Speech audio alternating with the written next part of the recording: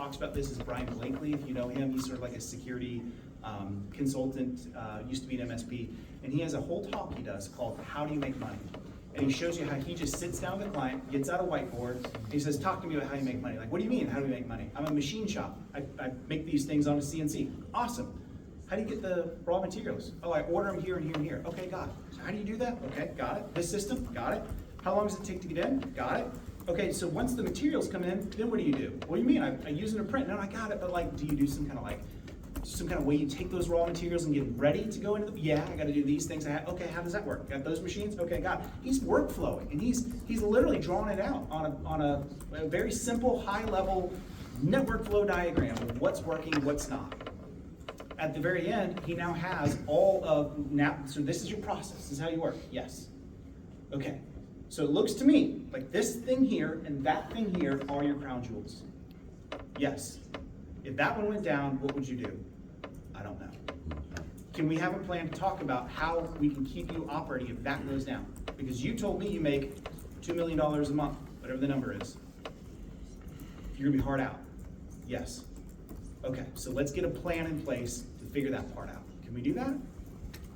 Most clients are gonna say yes to that. Because now you're talking about not cyber nerd stuff. You're talking about their inability to make money. You're talking about their business. Their business. Yeah, they understand. The thing they care.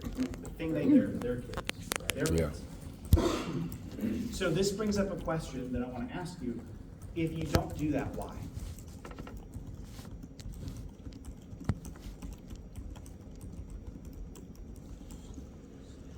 How do you monetize it? I'll say it. How do you monetize it? It's not technology. And your VCIO or whoever's having that conversation may come back to you and say, I'm not measured on that. So I'm not incentivized to even want to have that conversation.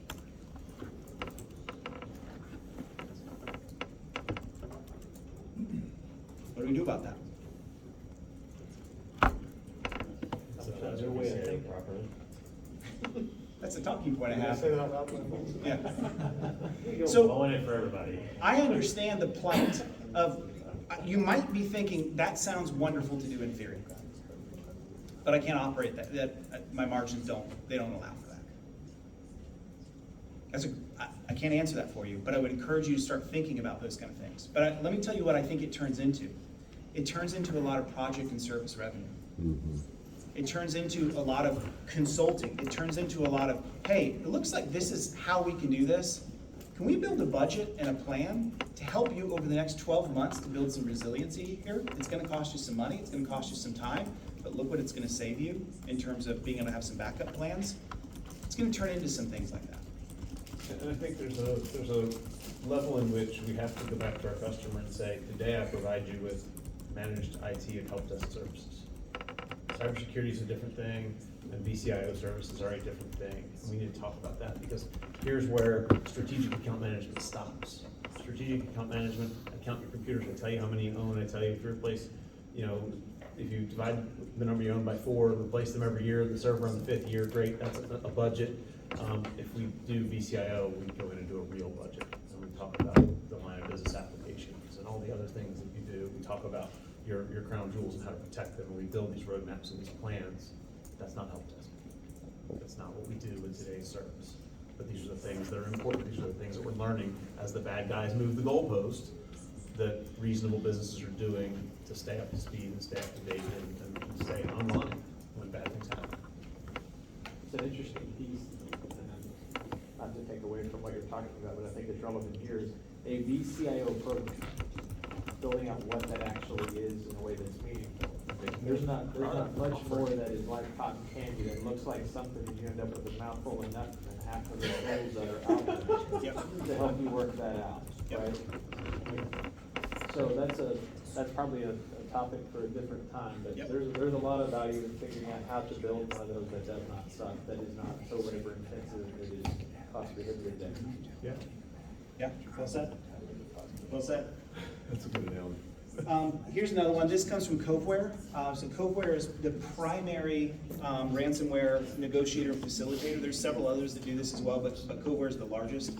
And I know Bill and the team there. They're really awesome folks. Every quarter they put out sort of their like state of ransomware, just all the data that they have from the payments they've been making in the industry. So keep in mind, once again, it's vendor data, so it's what they see. So just keep that in mind.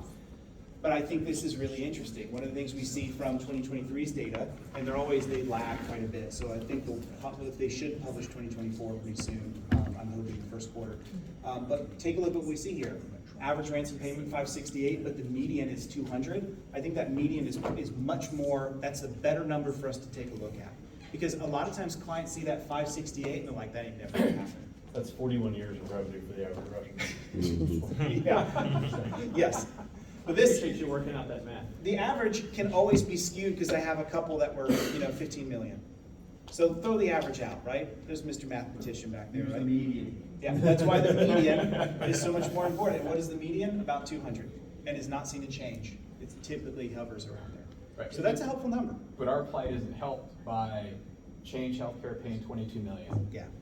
The car industry is going to pay tens of millions. Yeah. Caesars. Caesar's paying, 15 right? million. Yep. They see these big, Yep.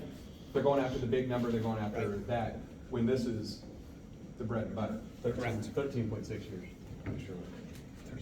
You're exactly right, and it causes, I use that term breach fatigue, right? They see this on the news over and over and over, and they just get tired of it. And to your point, it's usually the big companies, the ones that get the news. Yeah. No one cares about the small ones. Tom Lawrence, you're just not, you can get breached, you're just not big enough to make the news. Yeah. Right, You don't have a reporting requirement. right. Yeah. So sometimes this is why I usually like to stay away from giving like news articles unless it's very specific and targeted to their industry in a way that they can get it. So I remember with my board at my bank, when I came on board, I did 15 minutes to the board every month. That's it. That's all I got. That's it. In my board, I will just tell you how it is. It was all 70-year-old to 85-year-old white dudes. Every one of them. They would fall asleep in meetings. Most of them didn't know how to use a computer. One of them, I kid you not, had a secretary that he would dictate to, and she would write his emails. I mean, that's how it was. So I'm like, so I'm coming in, and we got some serious regulatory issues we're gonna deal with. And those are my decision makers? And so I didn't know what to do. And I remember coming in, I'd show them data, nothing worked. So finally I was like, you know what, I only know one thing. At 5 out of my 15 minutes, I'm gonna pick a banking news article that deals with security in some form or fashion and share it with them. I did this for 6 months, and I will never forget the day, all of a sudden out of nowhere, my bank president, Marty, said, stop. And I'm like, uh-oh. This is a big moment. It's gonna be terminal for me in one way or another. And he said, we talk about asset quality all the time in this post-2008-9 collapse. He goes, as a mid-sized bank, he said, we are not Bank of America. He said, I don't know that we survive if we have something like this hit us. I said, Marty, I'd love to talk more about that. Could I come back next month and just give you a little bit more detail on where I think we're at? He goes, I would love that. And I've already done it before, but now he's ready to hear it. So sometimes just be aware it takes a lot of discussions and time. I wish we could walk in and get someone to care day one, but it doesn't always work that way. Often it doesn't. Okay, let's keep going here. So we could recover super quickly, so there's not really much need to worry. I don't have a graphic for you on this one. I know you're looking for one. But this is one we hear all the time, right? So come on, man. Their assumption that you're the superhero. And sometimes we might have said we're the superhero because we got this awesome BCDR whiz-bang thing that can get back all this stuff. So unless we've done the whole how do you make money and we've tested these things, Ryan Weeks did a talk at Write a Boom, I think 3 years ago, called Disaster Recovery at Scale. And it was freaking awesome. It was all about, you can recover a file, you can recover a machine. How do you recover lots and lots and lots and lots of stuff at once? That's where things fall down. So reach out there if you want to see that. Here's another one. I just have a line in the CAT scan because I was looking for CAT scans and all those medical images and they're boring. I was like, oh, lions get CAT scans. That's not my image. Kind of cool. Hope he doesn't wake up. I was talking to one time, when I was at Perch, I was talking to an MSP who was they were close to getting a fairly large healthcare clinic to closing a deal with us. They hadn't really invested in security before. And he goes, the the doctor in practice that leads practice wants to have a conversation with you. Will you jump on? I'm like, sure, sounds good. So we're talking, and I'm explaining a little bit high level, non-technical, what we're doing. You know, I kind of gave him the analogy of like, well, what we're doing is sort of like, think of it as an alarm system for your home, same thing for your network. You got people that are watching over. You know, we're not trying to stop bad guys, we're trying to tell you when they get in. And so he got it. He's like, I understand it. He goes, I got it. He goes, and I understand why it's expensive. He goes, because you got people. I get it. He's like, I have doctors, we're expensive. I get it. He goes, but I have one question for you. I said, shoot. He said, if I spend all this money, 6 figures, are you going to guarantee that I'm not going to have a breach? And I said, that's a great question. Can I ask you a question? He said, sure. I said, if I come to your health clinic every single year and I get a CAT scan, are you going to guarantee that I don't get cancer? He goes, I see your point. He goes, okay, I got it. I think he just needed a different way of thinking. His thinking was very Just give you an air material. fist bump on that. His thinking was just very material. He wasn't thinking from that perspective of like, I can't guarantee you anything. That's not my job. My job is to put best practice in place. And that helped. So anyway, I hope those things help you. I have more to talk about, and we'll be happy to talk about any other time. The last thing I'll close on, because I just got about a minute or two left, I would encourage you to have some stories. Clients do, if there's one thing they like, they don't care about our nerd stuff, they do like stories.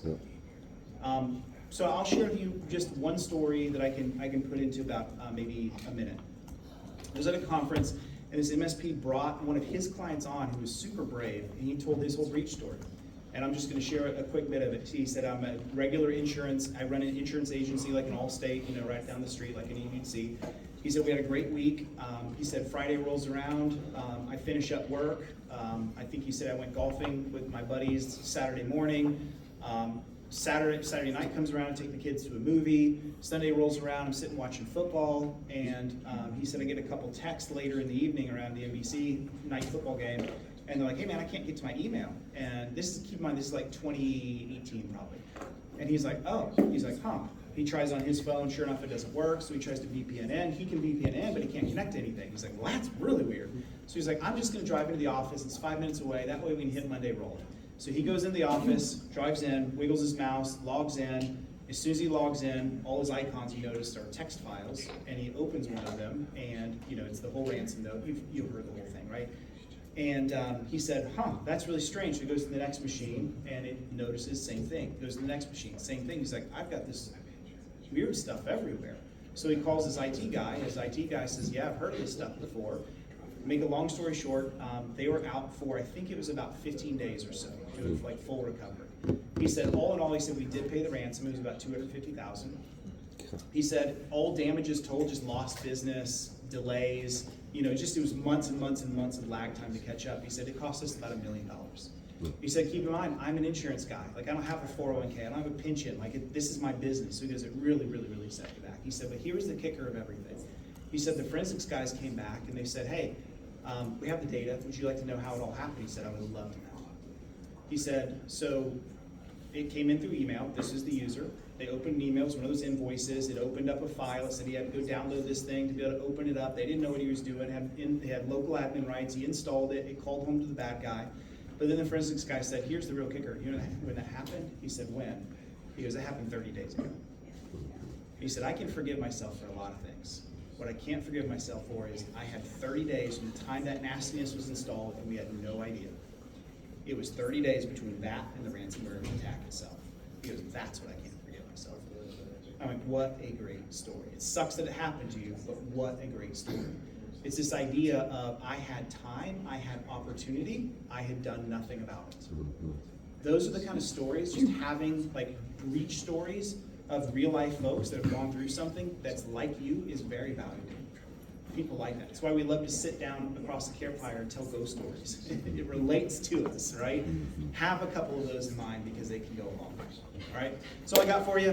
Reach out. I'm gonna say one thing before you wrap up. If you guys see value in conversations like this, at Empath, we run these every single month online in our communities, and we do them around service management. So one for the service managers and dispatchers, those kind of folks to get their questions answered. One around sales and account management and